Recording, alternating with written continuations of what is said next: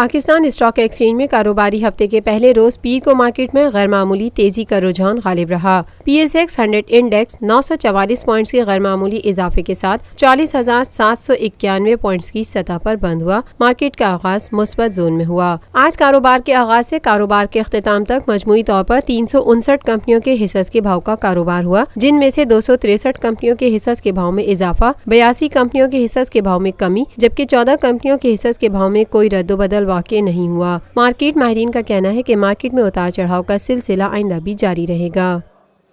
Lotus Lake Towers, a groundbreaking endeavor by Lotus Properties.